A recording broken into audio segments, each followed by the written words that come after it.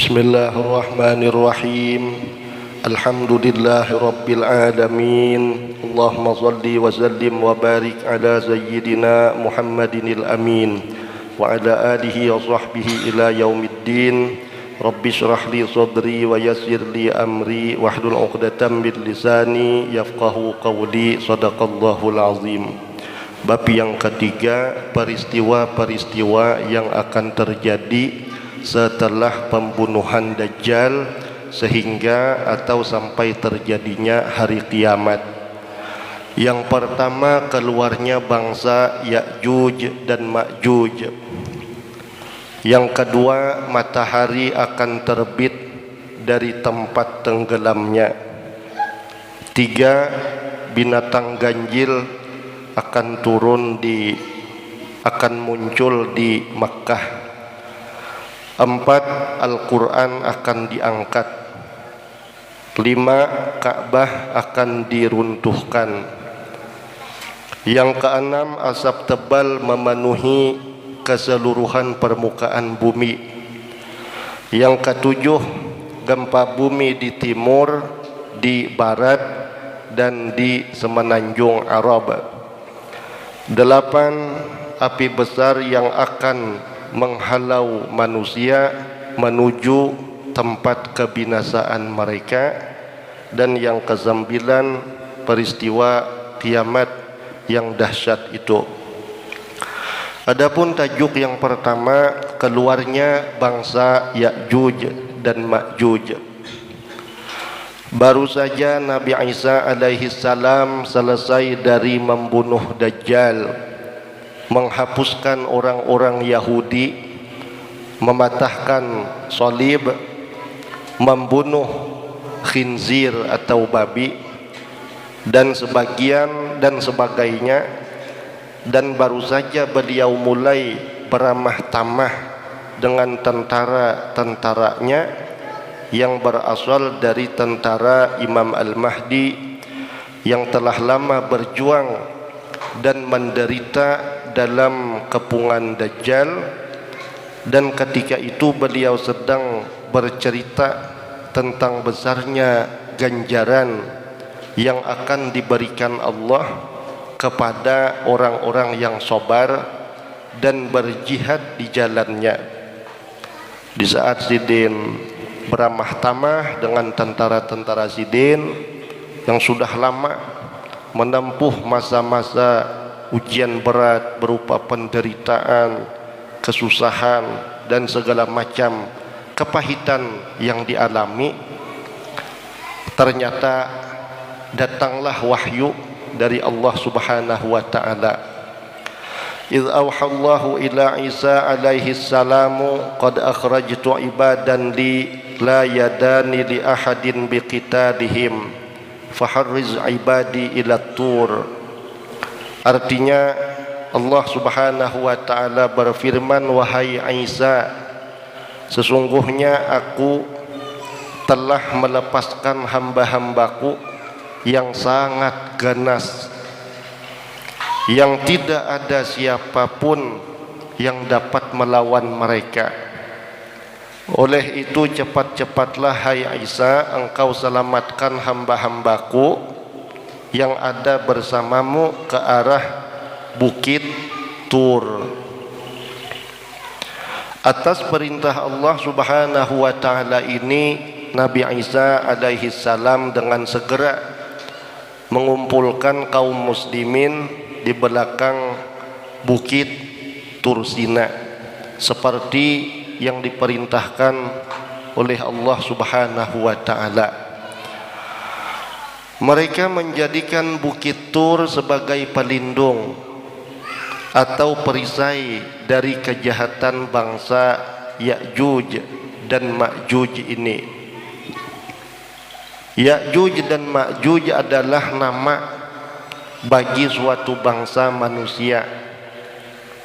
Mereka adalah juga dari keturunan Nabi Adam alaihi salam. Maksudnya Ya'juj dan Ma'juj ini bangsa manusia juga, keturunan Nabiullah Adam alaihi salam. Dari keturunan Yafus bin Nuh alaihi salam.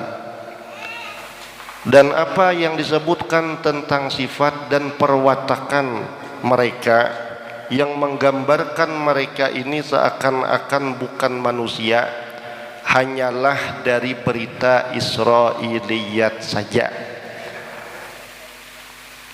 Padahal Ya'juj dan Ma'juj ini adalah bangsa manusia dari pihak keturunan Yafus bin Nuh alaihi salam. Walaupun kita tidak dapat mengetahui dengan pasti di manakah tempat mereka itu sekarang, namun kita tetap percaya bahwa mereka itu ada dan peristiwa mereka akan keluar dari benteng tembaga yang dibuat oleh Dzulqarnain adalah jelas disebutkan di dalam Al-Quran dan diceritakan di dalam beberapa buah hadis Nabi Muhammad sallallahu alaihi wasallam. Walaupun susah akal kita untuk menerimanya, tetapi ia adalah benar karena telah disebutkan di dalam Al-Quran dengan jelas. Jadi bangsa Ya'juj dan Ma'juj ini akan keluar dari tempat tahanan mereka, yaitu apabila mereka berhasil menembusi dinding tembaga yang telah dibina atau dibangun oleh Dzulqarnain sebagai penghalang mereka dari keluar. Bangsa ini akan keluar dan membuat kerusakan di atas muka bumi ini, seperti disebutkan di dalam hadis, wa yab'atsullahu Ya'juj wa Ma'juj wa hum min kulli hadabiyyan silun fayamurru awailuhum ala buhairati tabariyatin fayashrabuna ma fiha wa yamurru akhiruhum fayaquluna laqad kana bihadhihi marratan ma'un. Artinya, lalu Allah Subhanahu wa taala melepaskan bangsa Ya'juj dan Ma'juj. Mereka kelihatan turun dari setiap tempat yang tinggi dengan bersegera membuat kerusakan. Maka kumpulan yang pertama di kalangan mereka akan melalui danau Tobariyah. Lalu mereka minum keseluruhan air yang ada di dalam danau itu, sehingga apabila kumpulan berikutnya datang ke danau itu, mereka berkata, sesungguhnya sebelum ini di sini ada banyak air. Artinya bila kumpulan pertama lewat di danau itu, minum dengan serakahnya sampai habis, sehingga kelompok kedua dari mereka itu tatkala sampai di danau tersebut, mereka berkata, sesungguhnya sebelum ini di tempat ini ada banyak air. Hadis ini menunjukkan kepada kita bahwa bangsa ini sangat banyak membuat kerusakan, dan mereka adalah bangsa yang sangat kuat makan dan minum dan tidak mempedulikan nasib kawan-kawan mereka. Lobang mangganang kekawanan nang hanyar lapas juga sama seorang buahnya tuhuk kada terasa makan minum seumpama mun kita habisakan wayah ini kasihan buahnya. Kloter kedua kada mangganang apa-apa, yang penting seorang puas.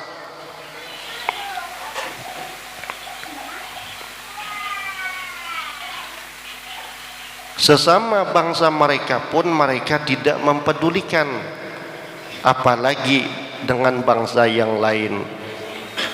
Tidak ada orang yang selamat dari keganasan mereka kecuali bila ia berada di benteng-benteng pertahanan atau seumpamanya.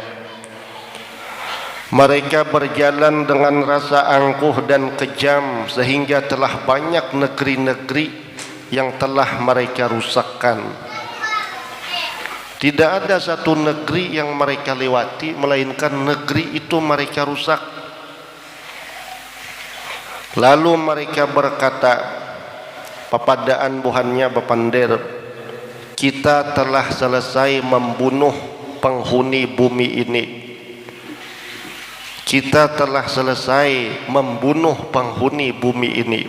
Kan yang selamat itu yang tinggal di benteng-benteng yang sangat kuat, yang selamat dari keganasan bangsa Ya'juj dan Ma'juj ini.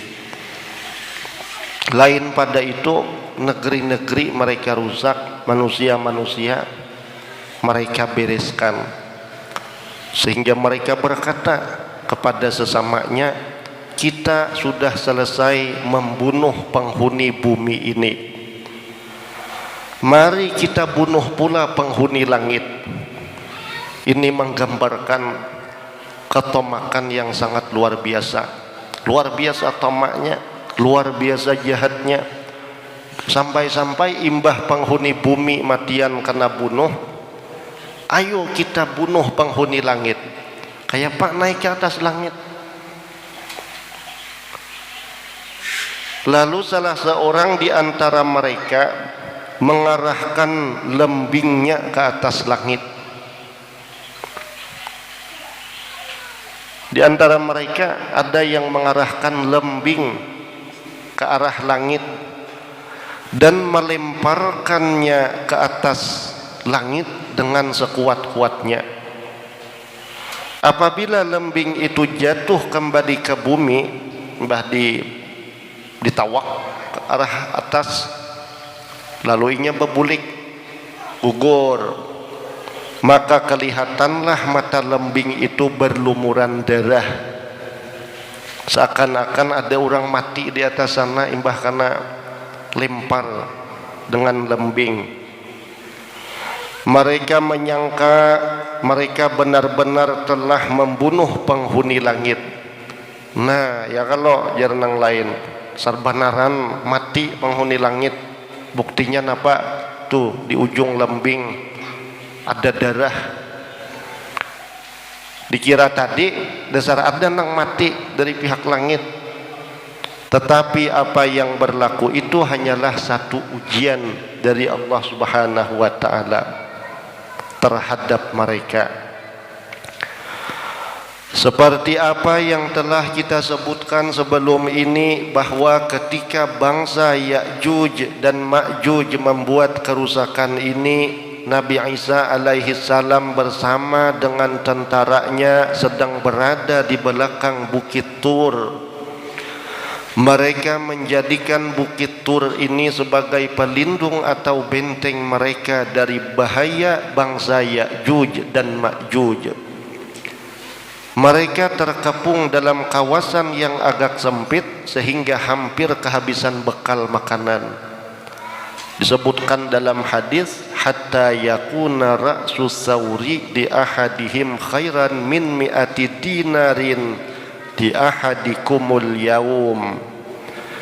Artinya sehingga kepala sapi yang dimiliki oleh seseorang ketika itu lebih bernilai dari 100 dinar yang dimiliki oleh kamu.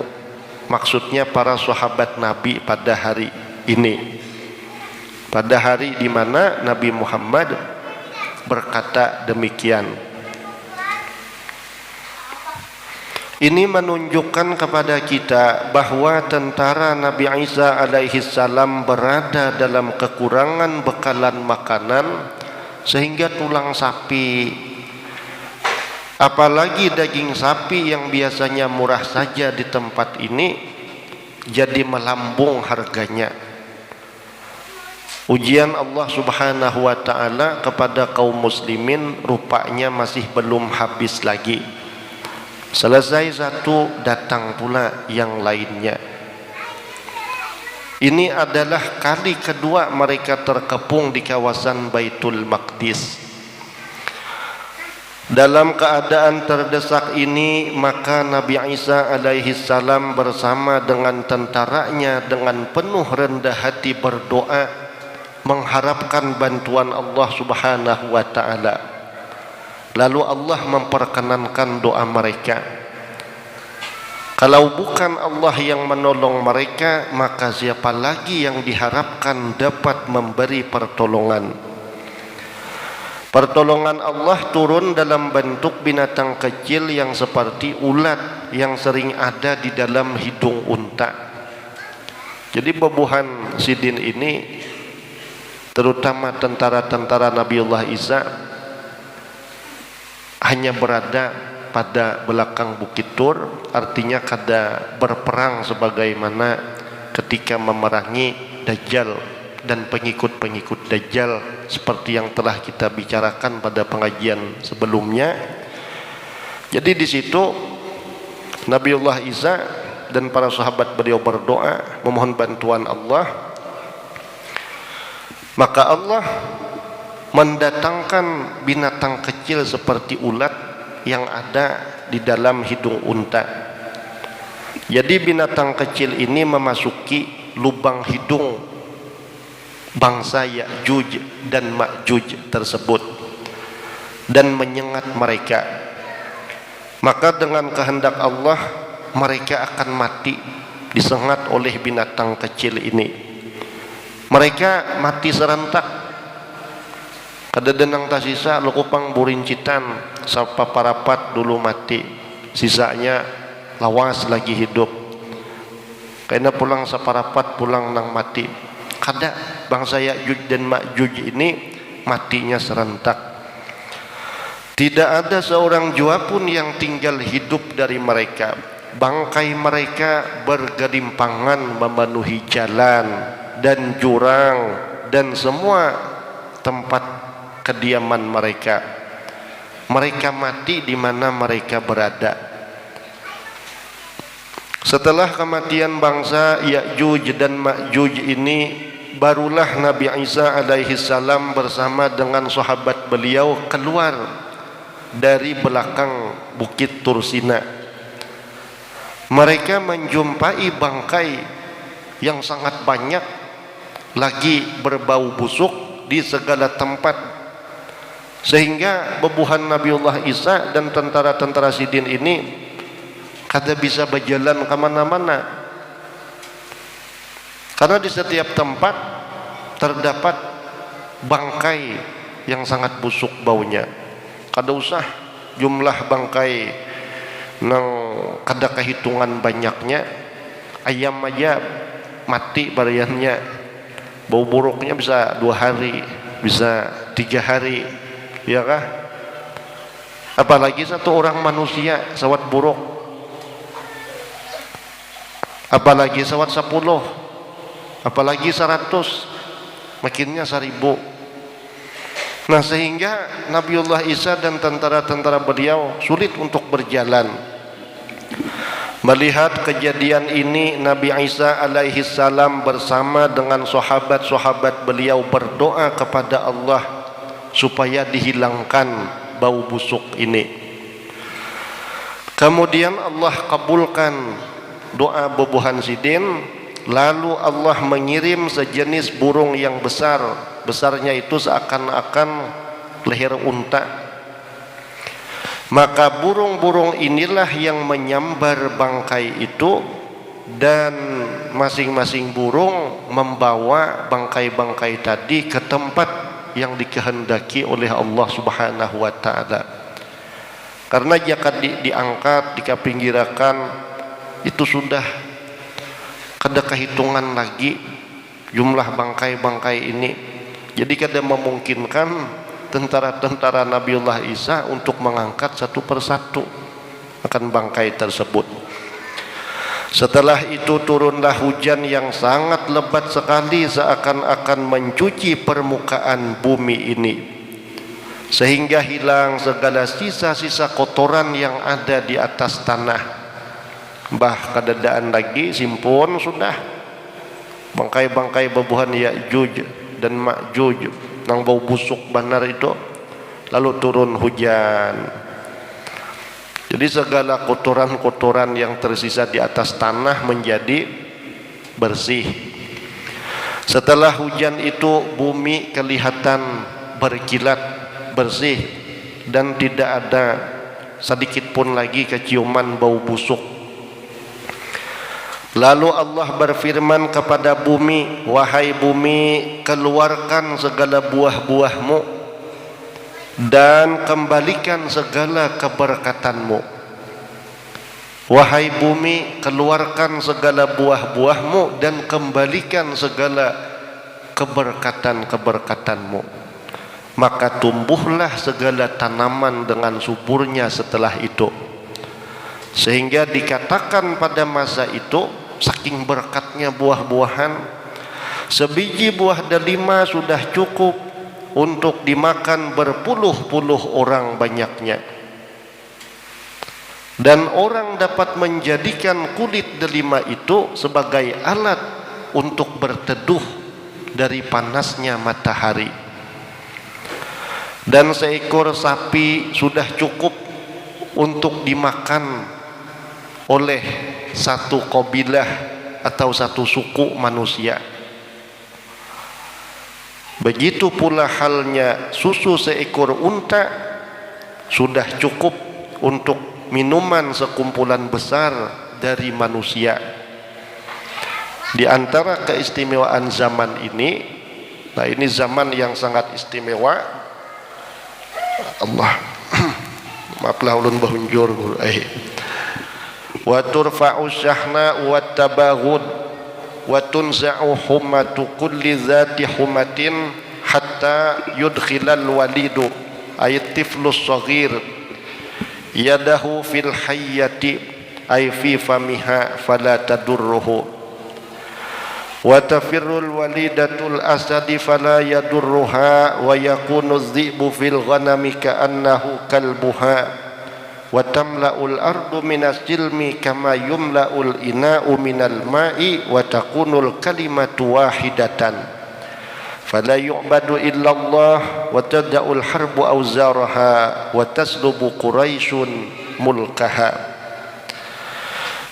Artinya, maka hilanglah segala sifat permusuhan dan benci membenci di kalangan manusia.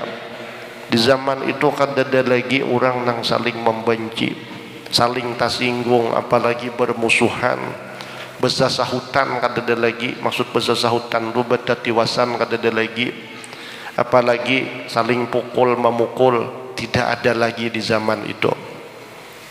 Ini zaman yang sangat berkah. Dan hilanglah segala bisa dari keseluruhan binatang yang berbisa. Binatang-binatang yang saat ini bawisa, di zaman itu barang satu ekor binatang pun ada lagi nang bawisa. Hilang wisa dari segala binatang-binatang nang bawisa. Sehingga anak kecil memasukkan tangannya ke dalam mulut ular. Anak kecil bermainan, nah menyurung jari tangan ke muntung ular, maka ular itu tidak menggigitnya dan tidak ada apa-apa kemudaratan yang terjadi terhadap anak kecil tersebut daripada dia memasukkan tangannya ke dalam mulut ular. Namun wahini melihat ular gini, Gelianan sudah mendengar kabarnya aja, ada ular jar. Ijar babinian aku takutan benar. Jar nang abahnya mon ular nang ada nih pang banyak aku naik aku jar. Ular nang ada bawisa jua cuma bisa jadi anak. Anak kecil bisa bermain dengan singa di zaman itu, kekanakan halus bermainan lawan singa. Menwahini lawan kucing gin bermainan bisa karukut kucing,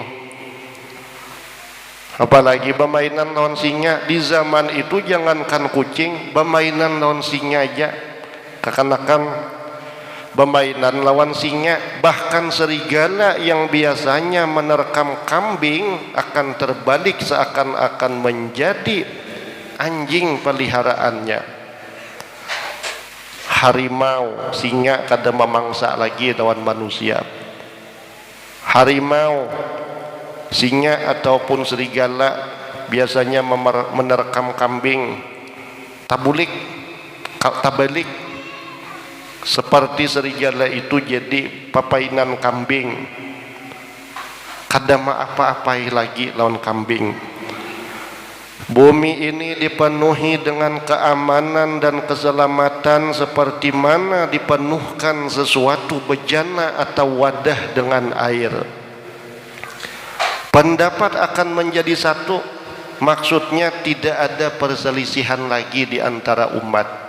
Seia sakata, sehati sepemikiran. Seia sakata, sehati sepemikiran. Kada ada lagi perbedaan pendapat. Walaupun dua pendapat yang berbeda itu bisa dikatakan yang satu baik, yang satu baik pula. Kada ada lagi istilah itu. Satu pendapat bila baik berataan sama sepemikiran, sehati seia sekata, dan tidak ada yang disembah kecuali hanya Allah Subhanahu wa ta'ala, dan segala peperangan akan berhenti dan orang Quraisy kembali memegang kepemimpinan, maksudnya kepemimpinan Imam Al-Mahdi. Seperti apa yang telah kita sebutkan jauh sebelum ini, bahwa mengikut Imam Al-Barzanji besar kemungkinan zaman kemakmuran yang akan berlaku pada masa pemerintahan Nabi Isa alaihi salam ini ialah zaman kemakmuran yang diriwayatkan akan berlaku pada masa pemerintahan Imam Al-Mahdi, karena kedua-dua mereka, baik itu Nabi Isa ataupun Imam Mahdi, dua-duanya Buhan Sidin ini akan hidup bersama pada zaman itu. Maka kemakmuran dan keadilan itu kadang-kadang dikatakan akan berlaku di zaman Nabi Isa alaihi salam, dan pada masa yang lain dikatakan akan berlaku di zaman Imam Al-Mahdi, padahal zamannya hanya satu saja. Ada pendapat yang menyebutkan zaman kemakmuran adalah zaman di mana Nabiullah Isa yang memimpin umat Islam bujur jua. Ada pendapat yang menyebutkan Imam Mahdi pemimpinnya bujur jua, karena Imam Mahdi dan Nabi Isa hidup pada zaman yang sama bersamaan, yaitu 7 tahun terakhir dari kehidupan Imam Al-Mahdi. Bersamaan dengan 7 tahun pertama dari awal turunnya Nabi Isa alaihi salam, artinya Imam Al-Mahdi lebih dahulu dari Nabi Isa alaihi salam memimpin umat ini lebih kurang 30 tahun. 30 tahun terdahulu Imam Al-Mahdi memimpin umat Islam sebelum turunnya Nabiullah Isa alaihi salam. Manakala Nabi Isa alaihi salam akan hidup setelah kewafatan Imam Al-Mahdi selama lebih kurang 30 tahun sesudah itu. Imbah Imam Al-Mahdi wafat, maka Nabiullah Isa alaihi salam 30 tahun kemudian baru beliau wafat. Ada juga diriwayatkan bahwa Nabi Isa alaihi salam akan kawin dengan perempuan dari keturunan dari kabilah Juzam, seperti sabdaan Rasulullah sallallahu alaihi wasallam ketika baginda menerima delegasi atau perwakilan yang datang dari kabilah Juzam. Marhaban biqaumi Syu'aibin wa ashari Musa wa la taqumus sa'atu hatta yatazawwaja fikumul masihu wa yuladu lahu. Ini hadis yang menyebutkan Nabi Isa itu sawat babini kayaknya. Artinya selamat datang kaum Nabi Syu'aib, bapak mertua Nabi Musa. Sesungguhnya tidak berlaku hari kiamat sehingga Nabi Isa alaihi salam akan kawin dengan keturunan kamu dan akan lahirlah anaknya pula. Hai sawat ba anak sidin. Peristiwa perkawinan Nabi Isa alaihi salam ini ialah pada tahun yang ke-21 setelah beliau turun ke muka bumi ini. Sidin turun umur 32 ditambah 21, 32 tambah 21, 53. Nah jadi Sidin umur 53 kawin, umur 50 di 53.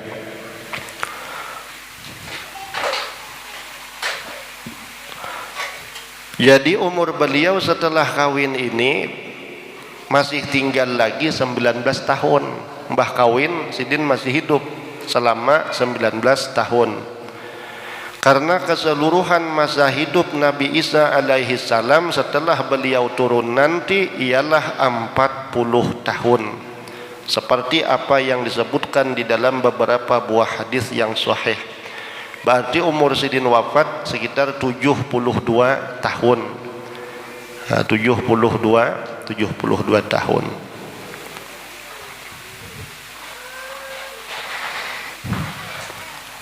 Setelah cukup 40 tahun dari masa turunnya Nabi Isa alaihi salam, beliau akan meninggal dunia di Madinah Al-Munawwarah dan dikuburkan bersama dengan Rasulullah sallallahu alaihi wasallam. Jadi beliau adalah orang yang keempat di kamar yang mulia itu. Pertama Rasulullah, kedua Sayyidina Abu Bakar As-Siddiq, dan ketiga Sayyidina Umar Al-Khattab, dan yang keempatnya insyaallah Nabi Isa alaihi salatu wassalam. Nabi Muhammad, Sayyidina Abu Bakar, Sayyidina Umar, dan kemudian insyaallah Nabiullah Isa kubur di situ. Nah, sedikit lagi. Setelah Nabi Isa alaihi salam meninggal dunia, kepemimpinan dunia Islam akan diteruskan buat sementara waktu oleh seorang khalifah yang bergelar Al-Muq'ad, yang berasal dari Bani Tamim. Apabila Al-Muq'ad meninggal dunia, maka 3 tahun kemudian Al-Quran pun akan diangkat. Mbah Nabi Isa wafat, kepemimpinan Islam dilanjutkan oleh seorang khalifah yang bergelar Al-Muq'ad. Kemudian Al-Muq'ad wafat, dan setelah wafat Al-Muq'ad 3 tahun kemudian Al-Quran akan diangkat. Tidak ada satu huruf pun di dunia ini tersisa daripada huruf-huruf Al-Quran, hilang seketika. Ini bermakna kiamat sudah hampir sangat tiba.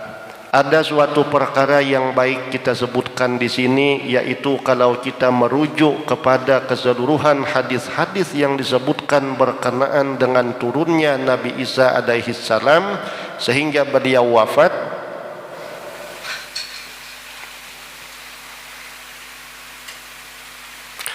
maka nampaknya segala kejadian ini hanya berlaku di sekitar Asia Barat saja, tidak lebih dari itu. Jadi negara-negara lain boleh jadi masih dihuni oleh orang-orang kafir, kecualilah kalau Nabi Isa alaihi salam akan sampai ke mana-mana negara, maka penghuni negara itu sama ada akan terus masuk Islam ataupun mereka akan mati karena mencium angin pernafasan Nabi Isa alaihi salam, di mana angin nafas beliau akan sampai sejauh mata beliau dapat memandang. Dan tidak ada riwayat yang mengatakan bahwa Nabi Isa alaihi salam akan mengelilingi bumi ini atau akan pergi ke mana-mana tempat selain daripada Asia Barat.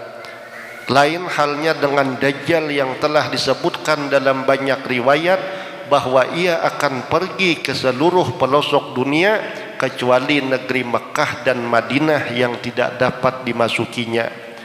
Rasanya sulit kita hendak mengatakan bagaimana keadaan dunia luar dari Asia Barat. Apakah masih ada di sana orang Islam atau tidak? Wallahu a'lam, hanya Allah saja yang mengetahui dengan apa yang akan terjadi nanti. Insyaallah berikutnya kita akan bicarakan matahari akan terbit di tempat tenggelamnya. Sebelum mengakhiri, ulun menyampaikan seruan pengantinan di Timbuk Baru hari Ahad dihadap ini. Timbuk Baru atau Bantangis masuk ke dalam. Mudah-mudahan yang disampaikan bermanfaat bagi kita seperataan, baik zahir ataupun batin, juga bagi ahli keluarga kita, zuriat-zuriat kita. Mudah-mudahan Allah jadikan kita sebagai hamba-hambanya yang ikhlas dan istiqamah sampai husnul khatimah, menuntut ilmu agama, menuntut ilmu yang manfaat, mengamalkan segala macam suruh-suruh Allah dan menjauhi segala larangan-larangan Allah. Juga Allah kurniakan keberkahan kepada umur kita, kehidupan kita, usaha kita, ahli rumah tangga kita dan zuriat-zuriat kita. Allah jadikan orang-orang yang soleh dan solehah. Mudah-mudahan husnul khatimah. Ulun banyak-banyak minta hadal, minta ampun. Wa ila hadratin Nabi al-Fatihah. Auzubillahi minasyaitonir rajim.